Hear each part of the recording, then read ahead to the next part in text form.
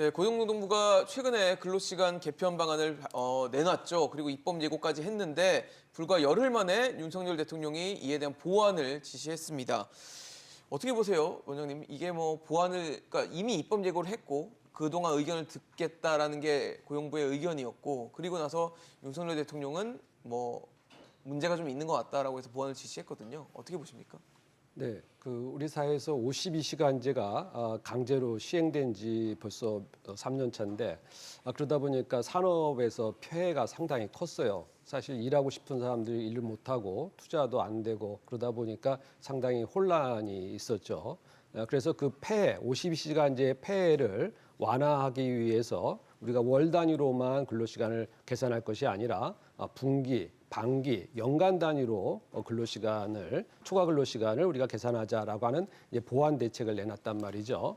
그런데 이것을 52시간제가 그대로 유지가 되는 것인데 이것을 정치적으로 69시간제다라고 이렇게 오용을 해서 말을 바꿔버렸습니다. 정치적으로. 그러다 보니까 많은 사람들이 52시간제가 69시간제로 올라간 거야? 일을 더 많이 하는 거야? 라고 하는 오해가 발생을 했고요. 그러다 보니까 이 정치적으로 상당히 이 근로시간제에 대한 논란이 거세게 일었던 것입니다. 그러다 보니까 대통령실에서도 대통령도 이 문제에 대해서 좀 더 많은 사람의 의견 수렴이 필요하다라는 입장이고 거기에 따라서 합리적으로 우리가 그러면은 이 52시간제의 폐해를 줄이면서도 산업계 그리고 기업 일자리도 유지하는 방안으로 우리가 이 문제를 어떻게 해결할지에 대한 논의를 좀 더 해가자라는 차원에서 앞으로도 많은 의견 수렴이 있을 거라고 생각을 하고요. 네. 그리고 또 한 가지는 이 52시간제의 폐해가 많았던 부분을 어떻게 보완하면서도 장기적으로 근로시간이 줄어들면서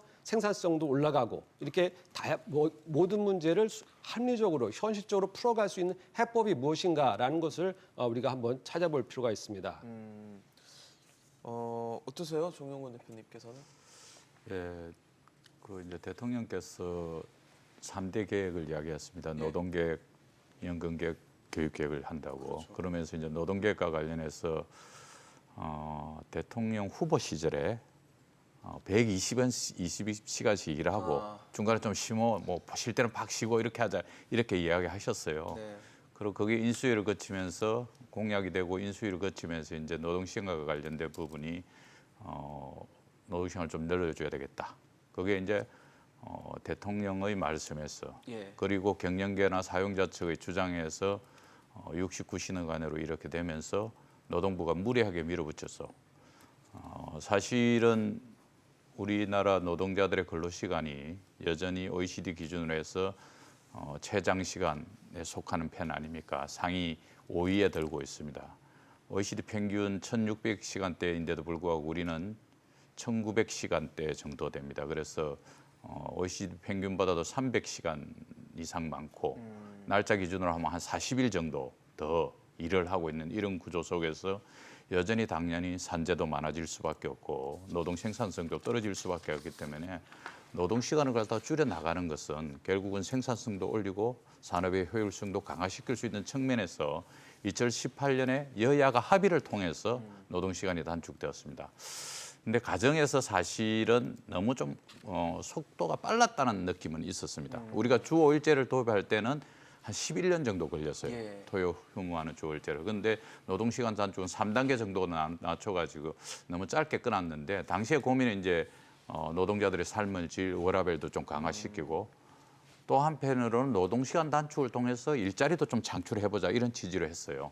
근데 사실은 일자리 창출은 크게 늘지 않고 또 이제 뭐 인천의 남동공장이나 시아공장에 있는 노동자들 그러니까 중소기업 비정규직 노동자들의 노동 시간이 줄면서 임금이 약간 줄어드는 그런 부분들도 있었어요. 네. 그래서 이런 부분과 관련한 고민은 있었겠지만 크게는 여전히 우리가 노동 시간이 깁니다. 그래서 노동 시간을 축소시키고 그 과정에서 효율성을 어떻게 만들어 나갈 것인을 고민하면서 노동 계획을 해야 되는데 그냥 근로 시간만 잔뜩 늘리는 것으로 노동부 기준으로도 산업재해의 연간 주당 근로 시간이 64시간입니다. 그런데 그것보다도 훨씬 많게 69시간씩 일하게 하겠다. 이거 당연히 반발하는 거죠. 처음부터 양노총도 반대했고 특히 MZ세대들도 워라밸과 관련한 목표점이 뚜렷한 MZ세대는 더더욱 동의하기 힘들다 보니까 초반부터 개혁은 고사하고 노동시절 이 개편이 자초되는 그런 상황에 들어오게 된 것 같습니다. 좀 새로 고침 노동자협의회의 송시영 부회장 나와 계신데 MZ 노조라고 불리잖아요. MZ 노조 이 어떻게 보면 MZ들의 이번에 반발 좀 거셌다라고 하는데 어떻게 보셨습니까? 저는 물론 지금 정부의 이 취지 자체가 조금 왜곡되기도 하고 뭔가 프레임이 씌워진 것도 있을 수 있어요.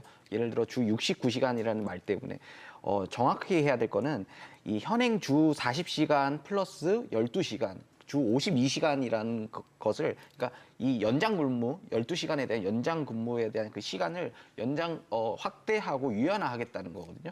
근데 다만 이 제도가 이제 정착이 됐을 때 아직 사측이 혹은 이제 사용자 측이 오남용할 수 있는 부분도 있고 또 근로자 측에서 이를 보호할 수 있는 장치가 미흡한 것도 사실입니다.